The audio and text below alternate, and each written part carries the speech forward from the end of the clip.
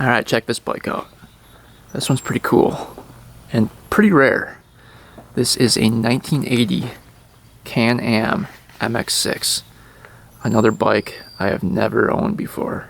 This popped up on Facebook Marketplace for $1,500. The guy said he had like 7 people wanting to come get it, and he said the price was firm. I went over there, offered 14, and he actually came down to 14. I think it was probably worth less than that, looking over the bike, but it is what it is. He said he had this thing running 12 years ago. It sat in his garage since then. He said he bought it from a friend who bought it from a guy that probably ice raced it. You can see there's some stud holes in the tires here. So he said the bike is all original and it's not missing any parts except for the little cover that goes right here. I think it's like a plastic cover, but everything else is all original. You can see all the original paint. Sprockets are original. He said the chain is even original. It's got the tags on it up there, the stickers on it yet. So I mean, it's pretty crazy to be in this shape, all original. None of the plastics are broken or cracked. Tank looks to be in good condition. Pipe has no dents at all in it. Engine doesn't leak, not cracked at all. Comes with the Mikuni carb, all original. So these bikes in 1980 were actually supposed to be pretty bad, but they used to be really good in the 1970s. So what happened was Bombardier wanted to enter the market for MX in the US. So Can-Am is actually a division of the company Bombardier. So what they did in the 1970s was bought Rotax, and then they put Rotax engines in their MX bike, which is pretty cool. So these Rotax engines were supposed to be super reliable, and they ran 2-stroke rotary valves. So they're known for their dependability, and they were supposed to be really, really fast, good bikes in the 1970s, top of the line. So in the 1980s, Japanese companies were finally catching up with the production of better bikes, and they used reed valves. So the competition was heightened. And in 1980, they released this bike, the MX-6, and it kind of flopped. It was supposed to be one of the worst bikes at the time. So brakes were horrible, suspension was horrible, and there was something wrong with the transmissions. It was like really hard shifting on these bikes. So they didn't sell very well. They didn't sell many of them, and the Japanese companies kind of took over from there. So in 1987, Bombardier got rid of the Can-Am MX company. They made their last bike, I believe was 1984, was the MX-7, and that was it. So that was the end of Can-Am's run with the MX world. So this is one of the last models ever made. And you can see it's a pretty cool looking bike, but it didn't really perform well next to the Japanese bikes in 1980. But still pretty cool, and definitely a cool find to find it in all original condition and in this shape. So today we're going to try to get this thing to fire up, run, and ride.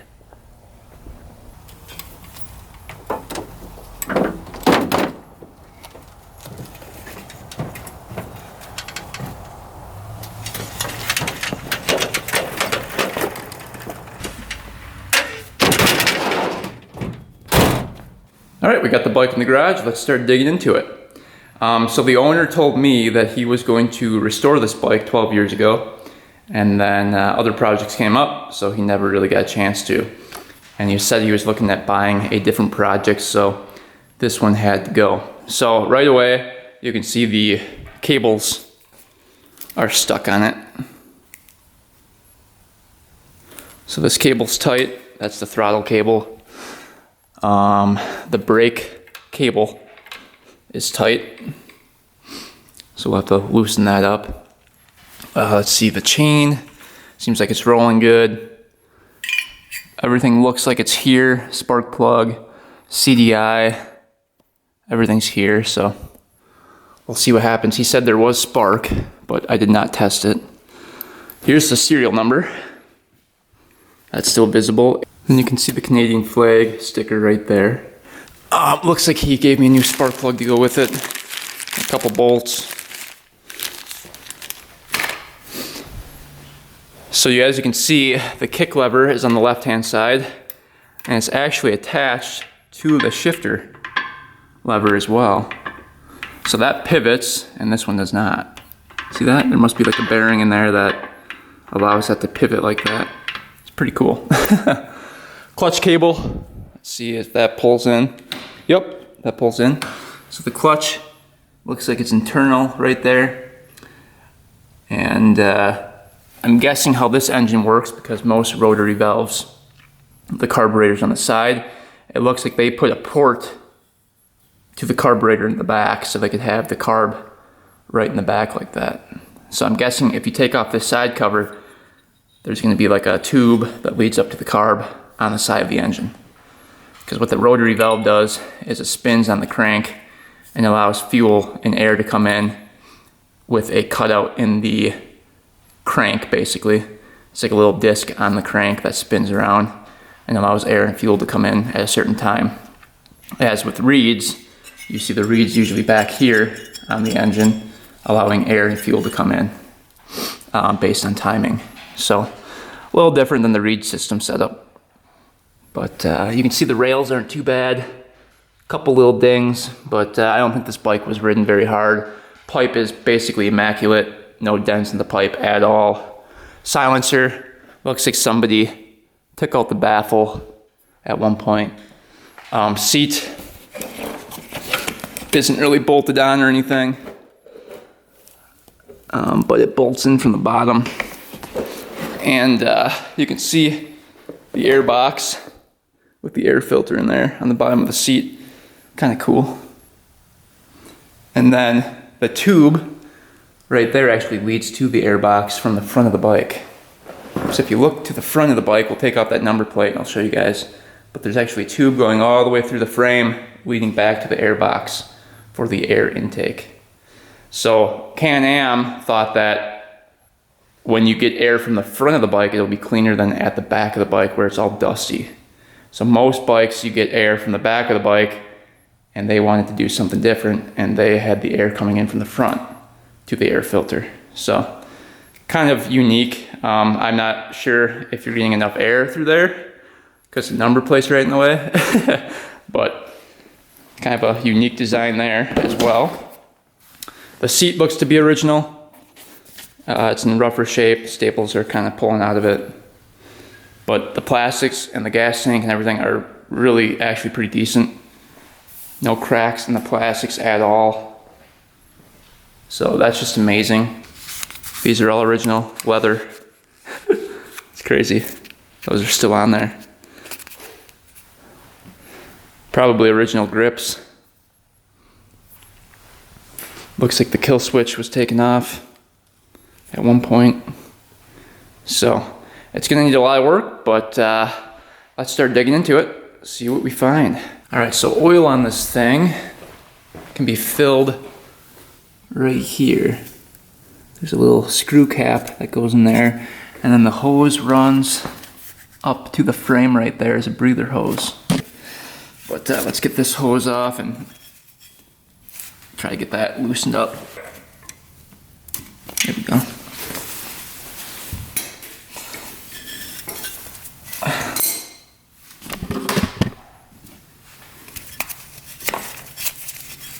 A little sticky. There we go. Alright, little dipstick going in. Oh yeah, there's oil in it. Looks a little white to me. So I wonder if water got in there. Doesn't look too bad though.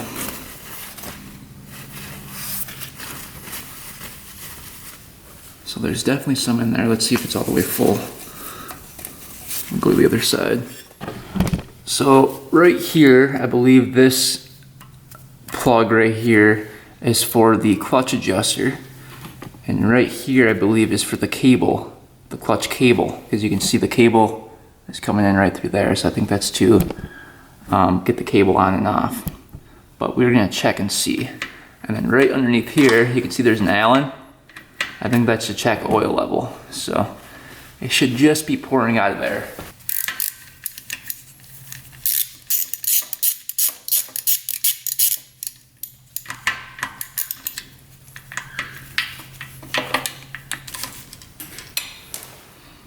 Don't see anything coming out of there.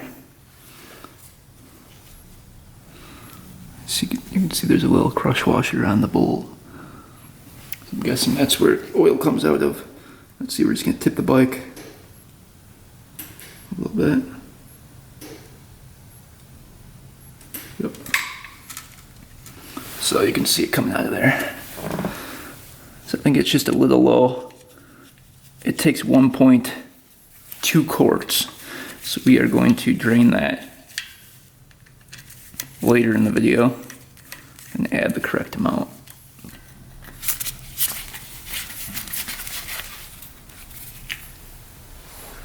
And yeah, you can see there's a clutch adjuster in there with a screw. I'm guessing oil's gonna pour out of here because it's actually lower than the bolt hole we were checking oil at. So let's put a rag down. And this should be the access port for the clutch.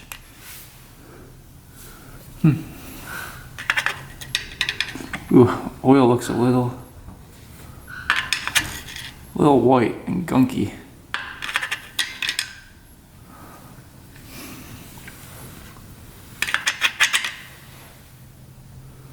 Not seeing a whole lot in there. So I don't know what that port's for. Yeah, I'm not really sure how you get to the clutch from there. Yeah, but oil looks pretty white. All right, it does look like we have a new gas line on here, so I'm guessing he replaced the gas line. See, that might be leaking from up there.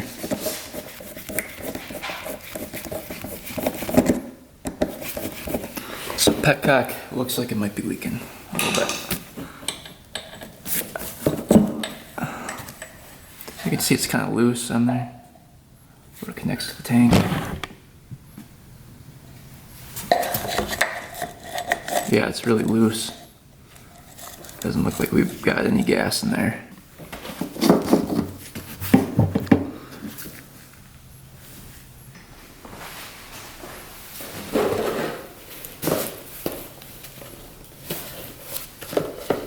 So the seat has a couple bolts on it.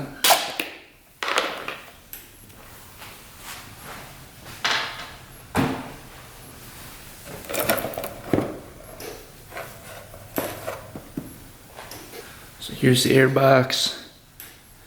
Just bolts on like that to the seat. And here's the air filter.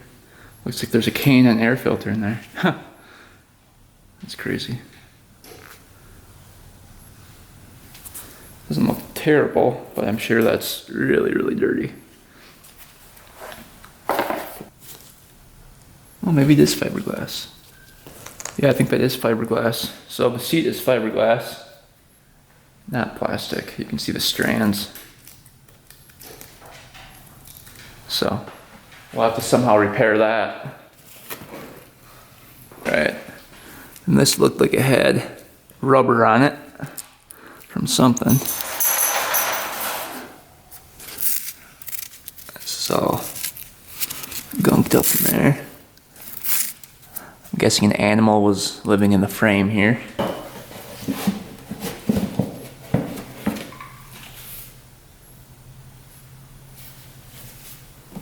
Yeah, gassing doesn't look too bad. The fins on the head are really big. Probably a couple inches here.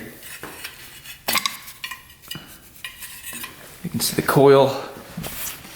It's right back here. You've got a Bosch coil. Leads to the head there. And it looks like the CDI has a wire cut right there. So I'm not liking that. There's a red and a white wire cut right there, or pulled out. Looks like it was cut to me. So hopefully we have spark here.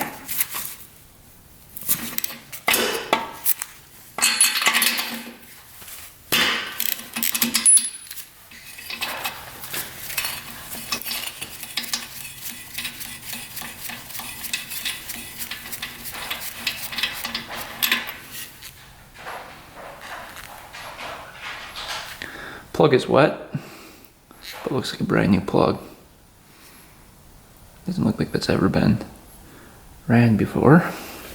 Let's see what happens when we kick it over here.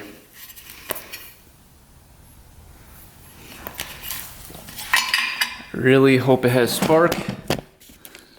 That would suck if it did not. Make sure our kill switch wires are not touching here. That looks good. Alright, we'll give it a kick and see what happens. Oh yeah. Good spark. Engine sounds pretty good. Let's get a little oil down there. Has been sitting for 12 years, so.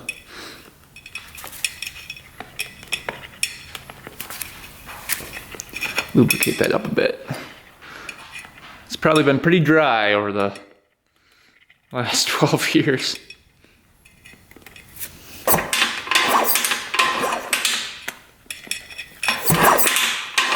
Sounds pretty good. Not hearing any knocking or anything, so it's always a good sign.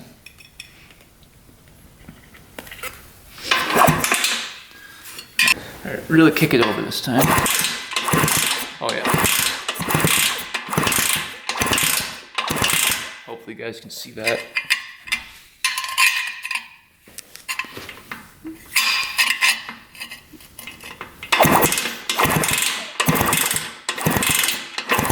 Really good spark. So I was a little worried that I didn't have spark, so luckily the guy was telling the truth. It does in fact have spark. So we are one step closer. Now we just need compression and fuel. So let's get this plug out. Do a quick compression test, see what we get. So typically on a freshly rebuilt 125, you're gonna see about 150, 160 PSI for compression. So I'm guessing for this bike, we're probably gonna be around like 130, which would be really good for a bike from 1980. All right, we can't really do throttle open. Oh yeah, the cable moved, so right now, throttle should be open. Yep, I can hear the slide working. Kick this thing over. Hopefully we get something good here.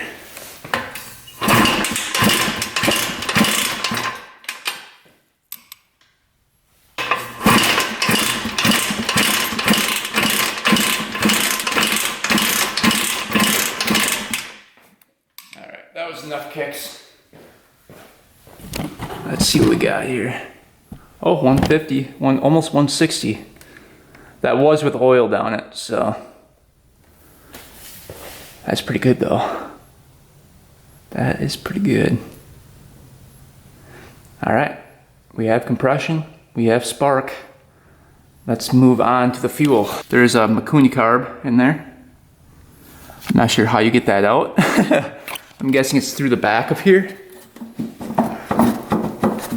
That'll probably be the easiest way. This probably comes up through here. Yep. We'll clean out the air box and get rid of the mice poop. And that'll probably pull right through the back. That's not too bad. Looks like there's a clamp you can get to right there. It's already loosened up. So the guy probably had the carb out. I was working on that at one point. So I think we can just pull this out. I'll have to check the boot for cracks and stuff. That was pretty easy. All right, this can pull through. We'll just twist this off.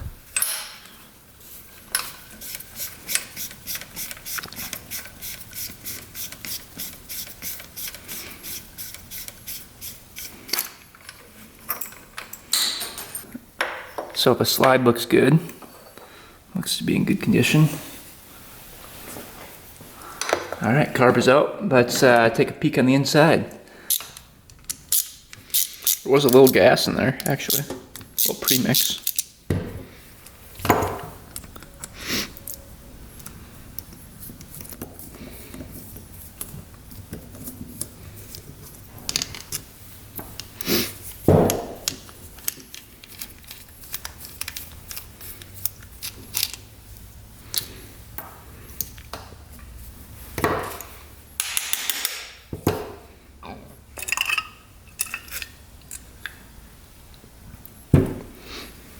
Actually looks pretty clean.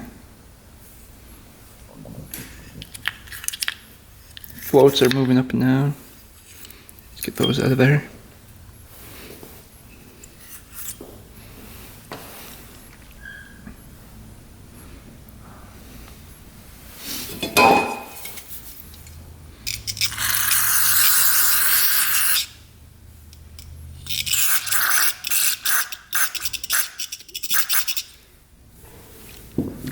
So that's a good sign. That's really clean. That slides right out. Awesome. Needle out of there. There's a little clip that comes off. Just like that. Needle looks really good. No wear at that tip there. Looks perfect.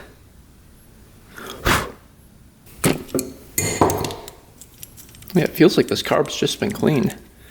Seems really clean.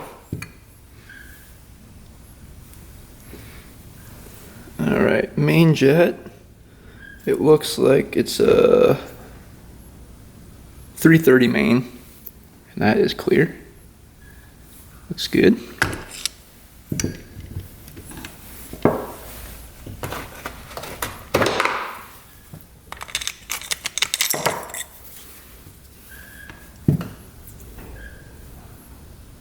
Has a little gunk on there, but it's really not too bad. It's all clear. Pilot. Pilot's gotta be dirty, right?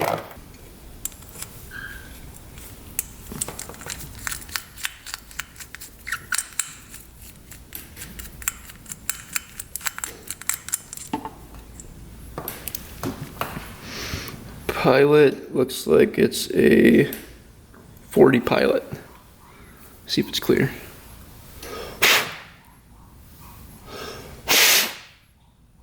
Yeah, that was clear too. Huh, that's crazy. Okay, air screw is on the side right here. See how it turns out. Exactly one turnout on the air screw.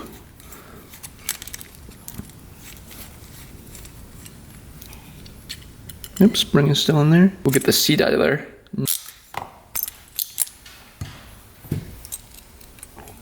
So the hole on the plate right here is towards the left side of the carb. Looks like there's a gasket underneath there as well.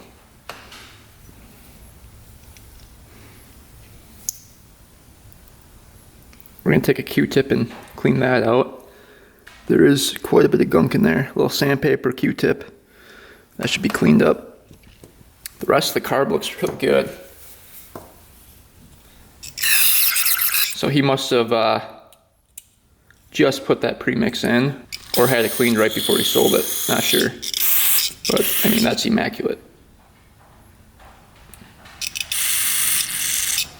Yeah, everything's clear, so that was just recently cleaned. Alright, we're just going to work on this seat a little bit. Got a little sandpaper, we're going to try to get that in the seat.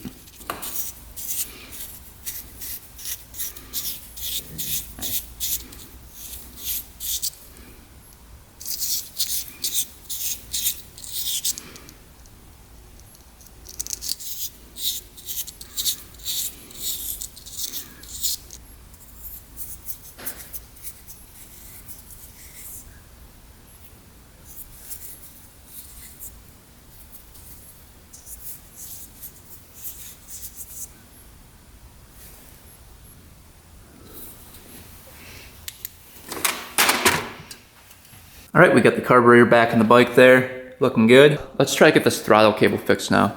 You can see it's not attached. We're gonna take a little oil, get that down the cable there, and we'll try to get that hooked up to the throttle mechanism here. It looks like it might be missing the screw that goes into there, but maybe that's why they had the tape there. I'm not sure. But we'll open that up and take a look. Let's see what that does for us. Pop that loose.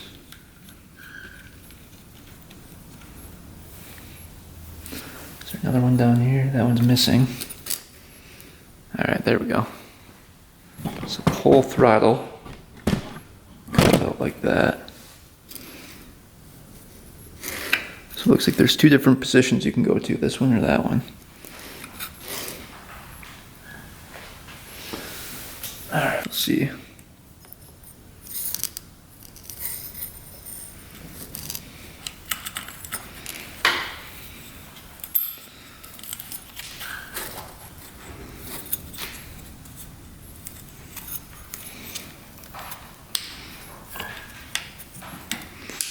It's a little tricky.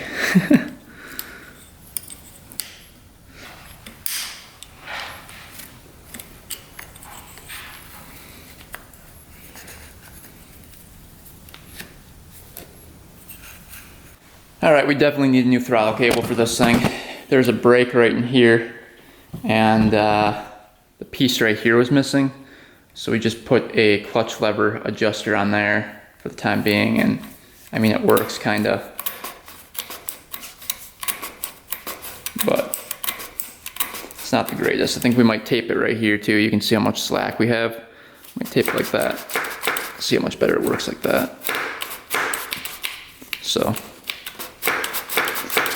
yeah, definitely need the piece right here and a new throttle cable, but for the time being, if we want to ride this thing today, I think that's gonna have to work for now. Well, it's not pretty, but it's working at least.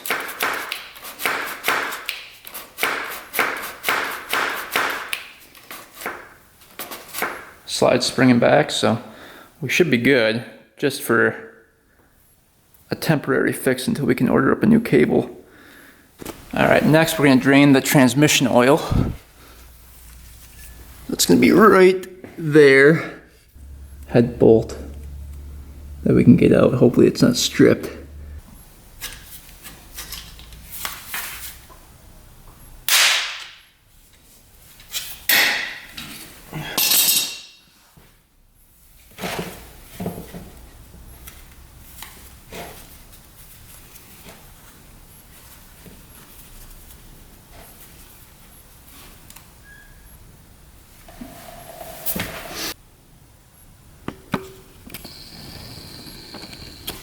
Alright, that's pretty gross looking.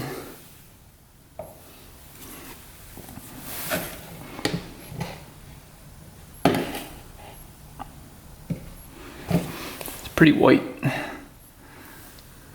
see what's on the tip of the bolt that came out of there. A little gunk on the end of here. This bolt was really in there. That was really, really tight. You could hear it crack loose. Alright, taking a look at the oil here. I don't see any metal chunks.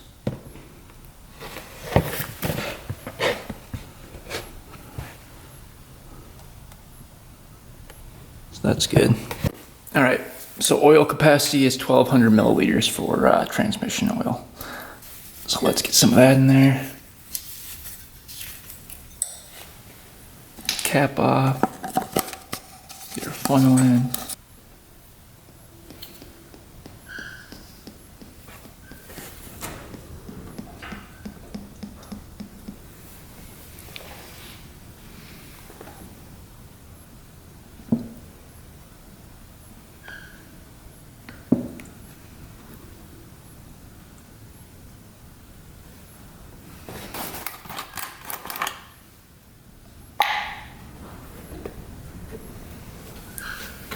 Backing this up quick.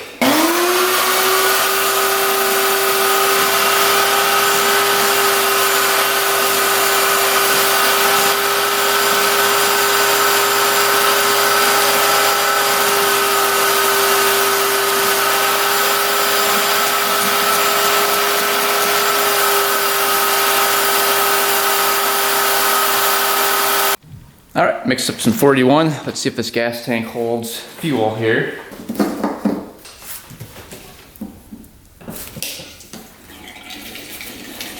Pour right out.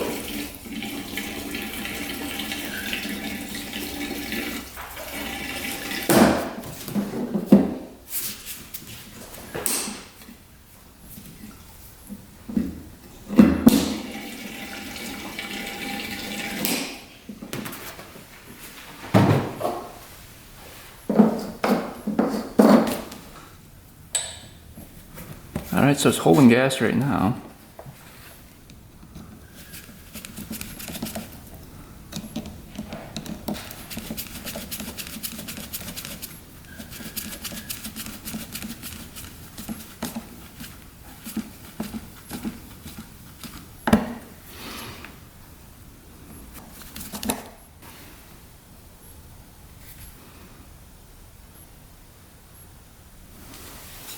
Choke it right away. Choke is working. Alright, let's see if this thing fires up. Got gas on, we have good spark, we have good compression. She should fire. Alright, here we go. First start attempt in 12 years. See what happens.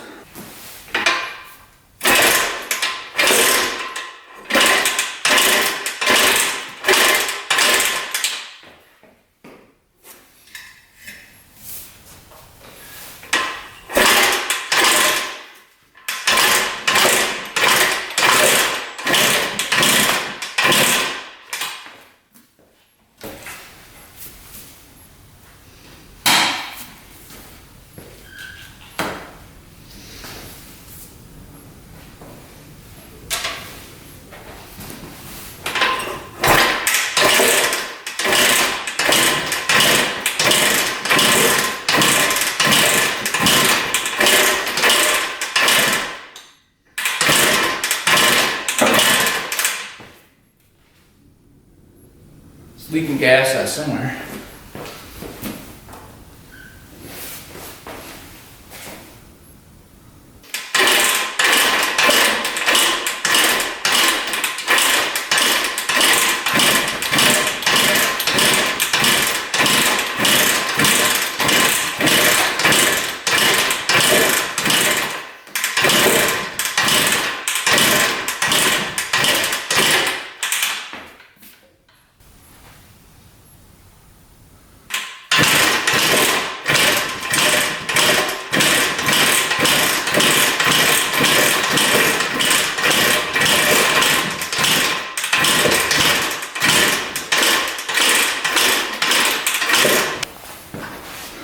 You can see it's leaking quite a bit of gas out of here. Huh.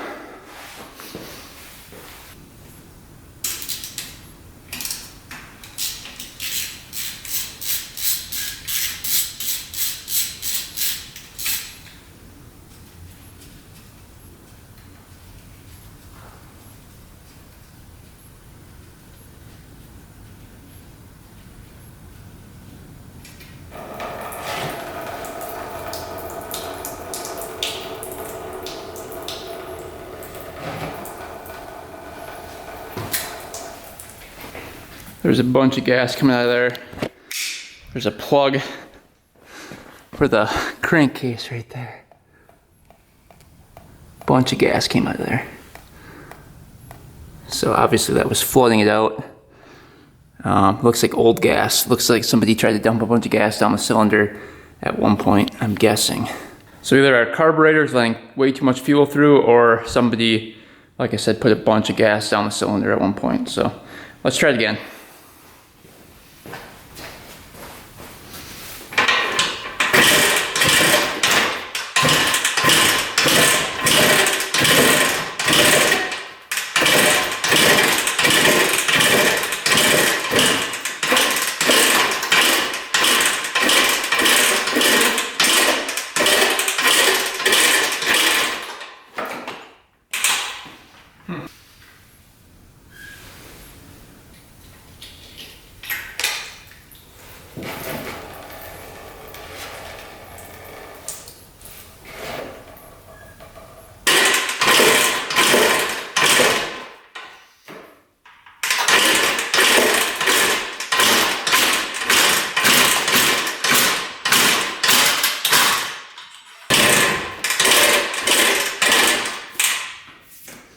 Really weird. Must be something wrong with the carb.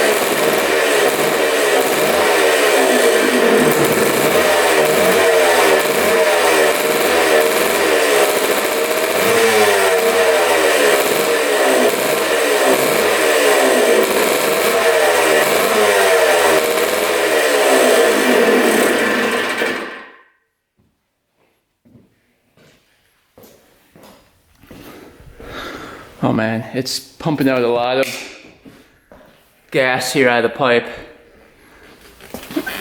It's just flooding with gas. I don't know what's going on there. I wonder if the pipe is like full of gas.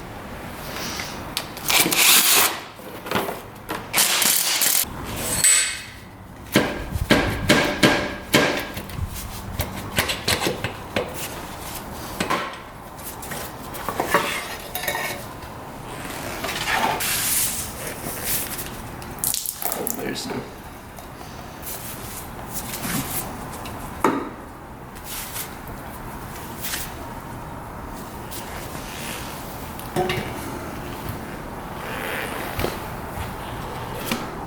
So there's some gas in the pipe.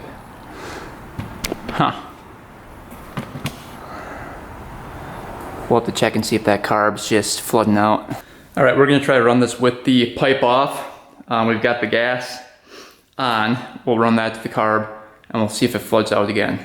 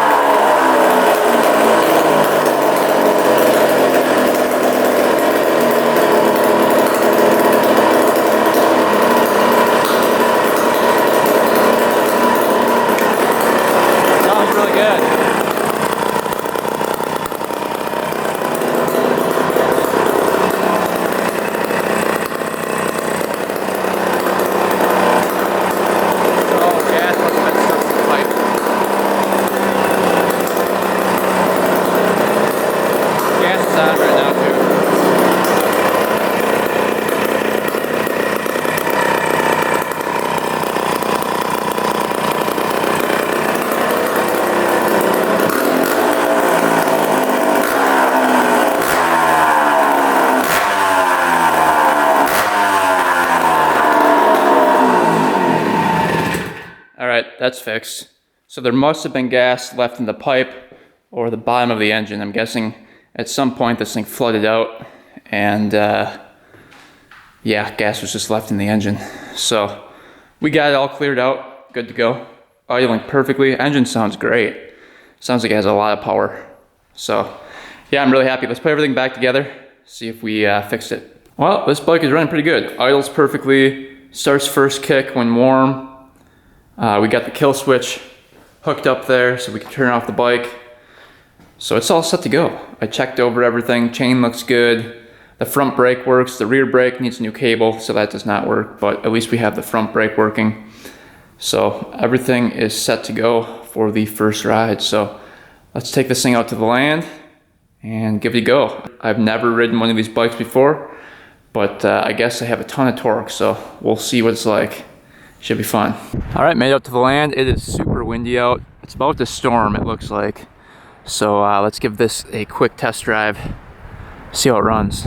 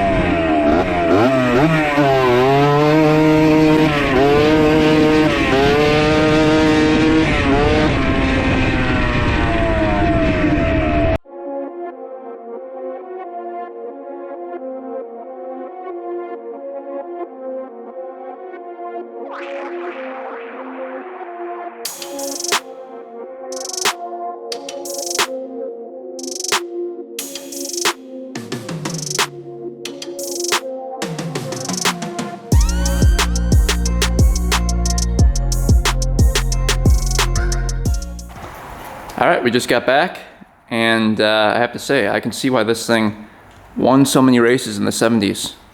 It has a ton of torque for 125. Like, it feels like a 250 in first gear, first and second. It has a ton of power. And this bike starts first kick every time, runs perfectly through the gears, clutch works good, everything works flawlessly.